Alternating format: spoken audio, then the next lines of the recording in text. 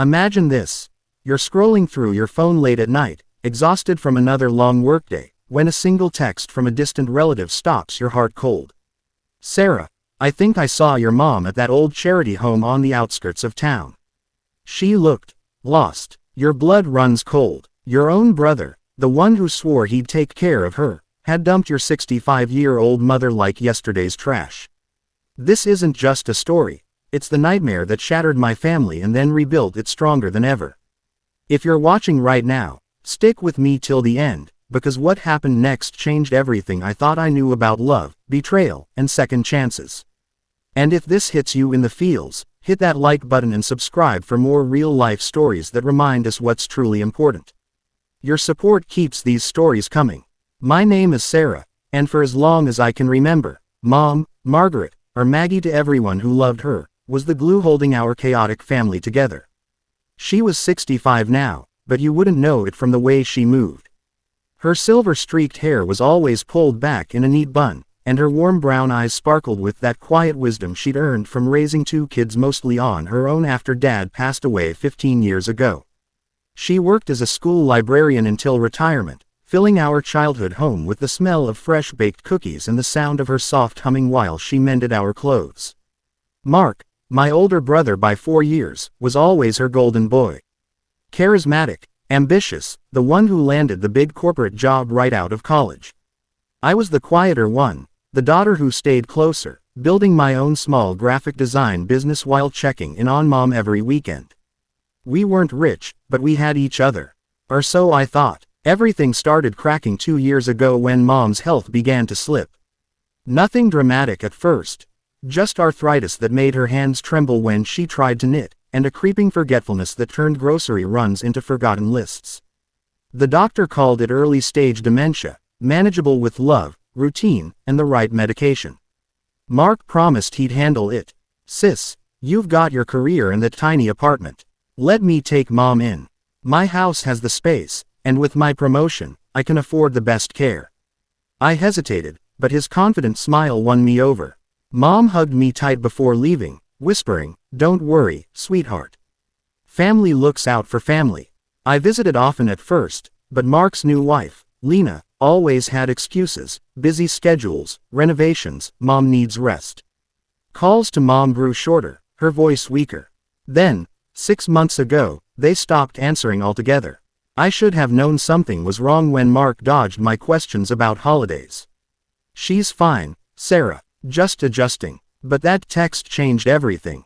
Heart pounding, I drove 2 hours through pouring rain to Elmwood Charity Home, a faded building on the edge of the city that smelled of institutional soup and despair. The director, a tired woman named Mrs. Reyes, led me down a dim hallway lined with folding chairs and forgotten wheelchairs. "Your mother arrived 3 weeks ago," she said softly. "Brought in by a man who said he was her son. No paperwork, just a note saying times were tough." My stomach twisted, and there she was, in a small shared room with peeling paint and a single window overlooking a chain-link fence. Mom sat on the edge of a thin mattress, wearing a faded sweater I didn't recognize, staring at her hands.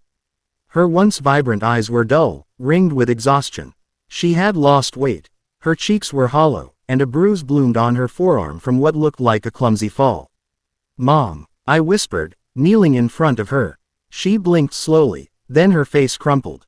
"Sarah, is that really you, my girl?" Her voice cracked like dry leaves.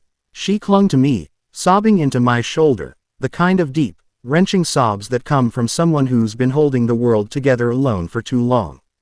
The nurses later told me she'd barely spoken since arriving, refusing most meals, whispering about her busy children, who would come for her soon. The betrayal hit like a freight train.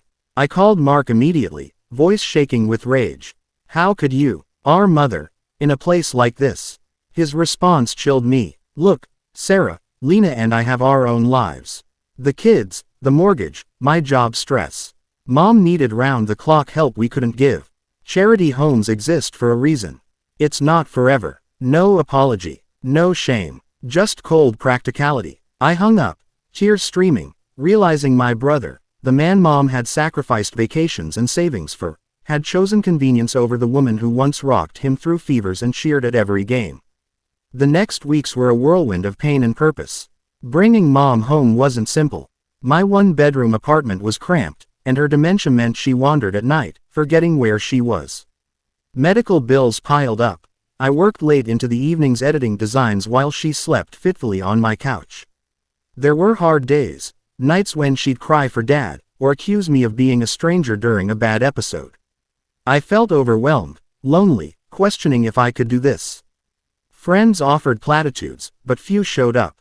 One evening, as I helped her eat soup, Mom squeezed my hand. "You always had the biggest heart, Sarah. Even when Mark was the star." That broke me open. I realized this wasn't just about rescuing her, it was about reclaiming the family we'd lost. Confrontation came on a crisp autumn afternoon. I showed up at Mark's sleek suburban house unannounced, Mom's favorite photo album in my bag. Lena answered, looking uncomfortable. Mark met me in the living room, arms crossed. This again. I did what I had to.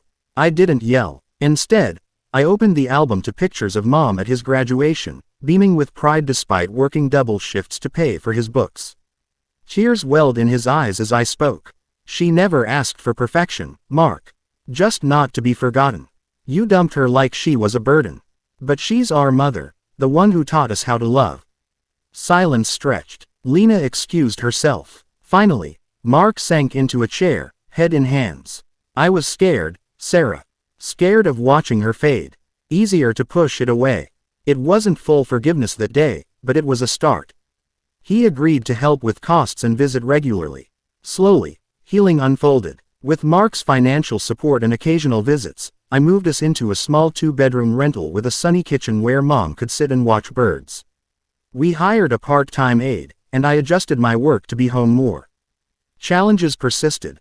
Mom's good days filled with laughter over old stories, bad days with confusion and frustration, but we faced them together. Mark joined us for Sunday dinners, awkward at first, then genuine. He brought his kids, who reconnected with their grandma through simple games and cookies we baked together. I learned patience I never knew I had, and Mom's spark returned, bit by bit. She'd pat my cheek and say, "My strong girl. You found me." Through it all, I discovered that family isn't about blood alone, it's the choice to show up when it's hardest. Mom taught me that true strength isn't in grand gestures but in quiet persistence, in choosing love over resentment. Mark is still working on his guilt, but he's trying. And me, I've found peace in the ordinary moments. Mom humming again while folding laundry, her hand in mine during evening walks. If this story moved you, the pain of betrayal, the power of stepping up, the beauty of mending what's broken, please like this video and subscribe to the channel. Share it with someone who needs to hear that it's never too late to choose family. Drop a comment.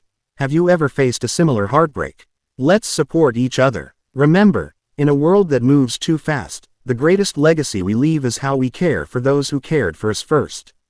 Hold your loved ones close today. You never know when a simple choice might change everything. Thank you for watching. Until next time, keep your heart open.